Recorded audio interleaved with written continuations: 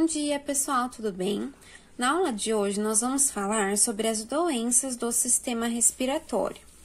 Grande parte dessas doenças é causada por infecções de vírus ou bactérias, ou então pela poluição da atmosfera, alergias e também pelo tabagismo, ok? Então, nós vamos conversar agora um pouco sobre algumas doenças que acometem o sistema respiratório.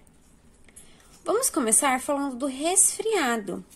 O agente causador do resfriado são vários tipos de vírus. Então, vários tipos de vírus diferentes podem causar um resfriado. O resfriado, ele acontece com uma inflamação do revestimento interno do nariz e da garganta. Por isso que seus principais sintomas são espirros, coriza, dor de garganta, formação de catarro e a tosse. O resfriado, normalmente, ele passa em alguns dias, ok? Uma forma de se prevenir, ou seja, a sua profilaxia, é lavar as mãos, ingerir bastante água e bastante líquidos para hidratar a região da garganta, evitar locais fechados com muitas pessoas, praticar atividade física e não fumar. O tratamento do resfriado seria um medicamento para reduzir os sintomas. Então, normalmente a gente pode tomar aí algum remédio para aliviar a dor de garganta, para amenizar a tosse, para amenizar a coriza. Então, existem diversos tipos de medicamentos que podem ser utilizados para tratar os sintomas do resfriado, ok? O nosso sistema imunológico que vai combater esse vírus que entrou em contato, aí esse antígeno que está no nosso corpo, causando esta doença, ok? Outra doença bem comum é a gripe. A gripe, ao contrário do resfriado, ela é causada por o vírus da influenza, tá? A gripe, ela dura mais tempo do que o resfriado e os seus sintomas também são espirros, coriza, dor de garganta, catarro, tosse. Mas o que diferencia aí a gripe do resfriado é a presença de febre, de dores no corpo e uma fadiga muscular. O que seria a fadiga? Uma sensação de cansaço, parece que a pessoa passou um caminhão em cima dela, porque ela fica bem cansada quando está gripada. E normalmente dura mais tempo do que o resfriado. A forma de se prevenir é mantendo a higiene, então lavando bem as mãos, evitando os locais fechados e também a vacinação. A vacina da gripe ela é distribuída pelo governo em todos os anos e todos os anos devem ser tomadas para que a gente consiga aí ter a produção das nossas células de memória, que são os nossos linfócitos, ok? O tratamento da gripe seria medicamentos para impedir a replicação do vírus da influenza, além também de medicamentos que vão ajudar a aliviar os sintomas, tá bom?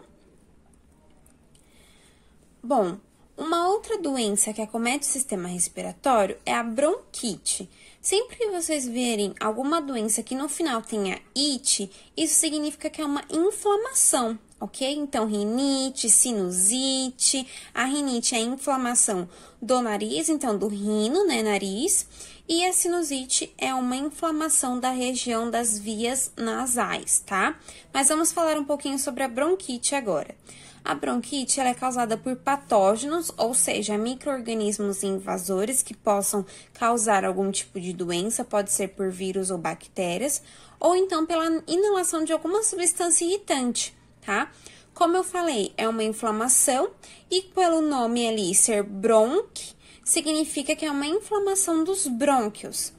Os sintomas são a tosse com secreção, então tosse com catarro, dor no peito devido à produção do muco, devido à produção do catarro. Trouxe aqui uma imagem para vocês, ó, um tubo do brônquio normal, né, tenho ali ele totalmente limpo, e um tubo de bronco com bronquite. Percebam que ele fica bastante carregado ali com muco, bastante carregado com catarro. Isso provoca uma dor no peito na hora que você vai inspirar e expirar, quando você vai fazer o processo de respiração, ok? A profilaxia é manter a higiene e evitar a inalação de substâncias. Uma substância bastante irritante para os brônquios é o tabaco, que nós vamos conversar logo a seguir. E o tratamento seria medicamentos para dilatar o brônquio e também medicamentos para aliviar os sintomas, principalmente em relação à produção de muco, tá? Já a pneumonia, ela é uma doença que não é tão comum quanto a bronquite, mas ela também acontece bastante aqui no Brasil, ok? O seu agente causador mais comum é uma bactéria chamada Mycobacterium. A pneumonia, ela é caracterizada pelo muco acumulado nos bronquíolos e nos alvéolos pulmonares. Então, vamos ver aqui nessa imagem. Na primeira parte, eu tenho um raio-x de um pulmão saudável, sem a presença de nenhuma bactéria. E eu tenho ali puxado a setinha em relação ao alvéolo pulmonar, o vaso sanguíneo, certo? Passando ali as células imunes. Já quando eu tenho uma infecção do meu pulmão, uma infecção causada pela micobactéria, percebam que eu tenho uma região mais esbranquiçada ali na chapa do pulmão. Isso caracteriza a presença da bactéria, tá? E eu tenho aqui na outra uma ampliação do alvéolo pulmonar, onde, além das células imunes, eu tenho a presença de células específicas do tipo B, que seriam alguns dos meus linfócitos. Eu tenho a presença de micoplasma, ou seja, um plasma produzido por essa bactéria que vai tampar o meu alvéolo pulmonar.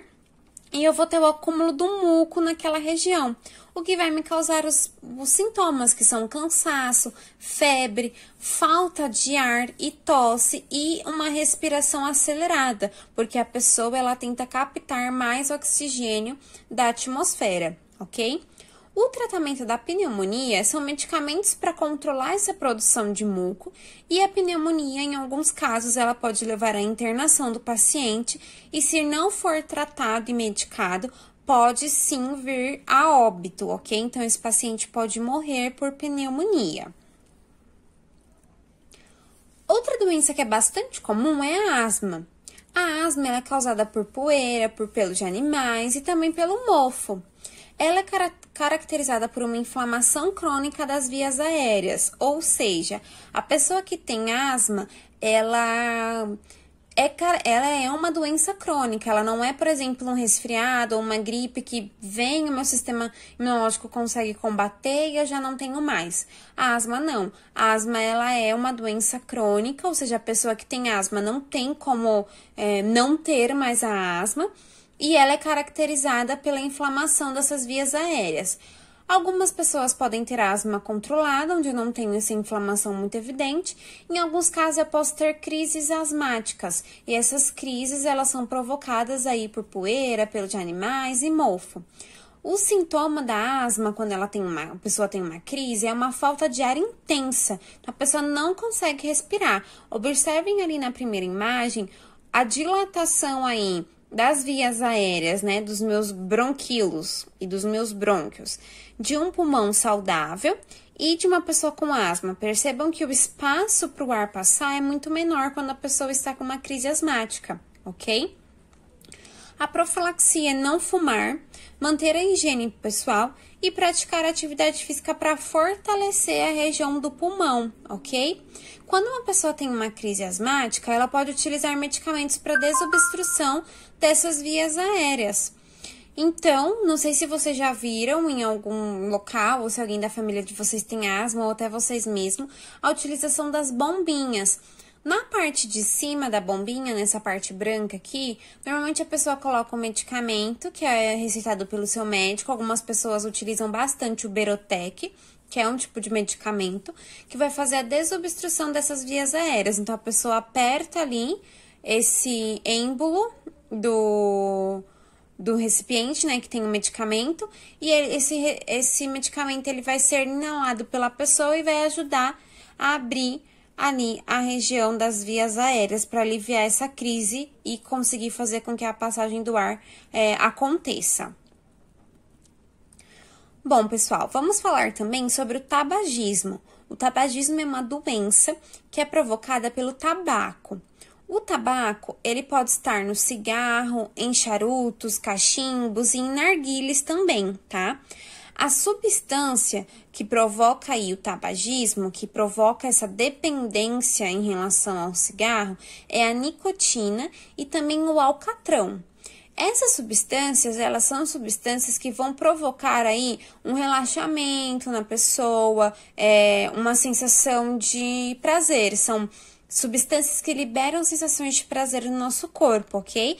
E elas podem sim causar dependência. Quem é fumante tem uma predisposição maior de desenvolver doenças cardiovasculares e principalmente câncer de pulmão e câncer na boca, tá bom? Trouxe aqui para vocês uma imagem de um pulmão normal e de um pulmão com câncer provocado pelo uso do cigarro, tá? Por que o cigarro é tão prejudicial? O que ele vai causar na pessoa? A longo prazo, ele causa paralisia dos cílios que revestem a traqueia. Isso vai provocar um aumento no acúmulo de muco daquela região e a pessoa não vai ter ali a passagem completa do oxigênio. E pode gerar um enfisema pulmonar, que é uma outra doença característica do sistema respiratório. O enfisema pulmonar acontece quando os nossos bronquíolos eles estão obstruídos e também quando os alvéolos pulmonares se rompem. Então, eu tenho ali um estouro dos alvéolos pulmonares mesmo, tá? Isso vai provocar uma insuficiência respiratória gravíssima, o que vai afetar completamente a minha absorção de oxigênio. Então, eu tenho ali um comprometimento muito grande do meu sistema respiratório, porque eu não vou ter a porcentagem total de oxigênio que seria necessário para fazer o meu processo de respiração, tanto a respiração pulmonar quanto a respiração celular, que é o que vai me fornecer depois energia para células em forma de ATP.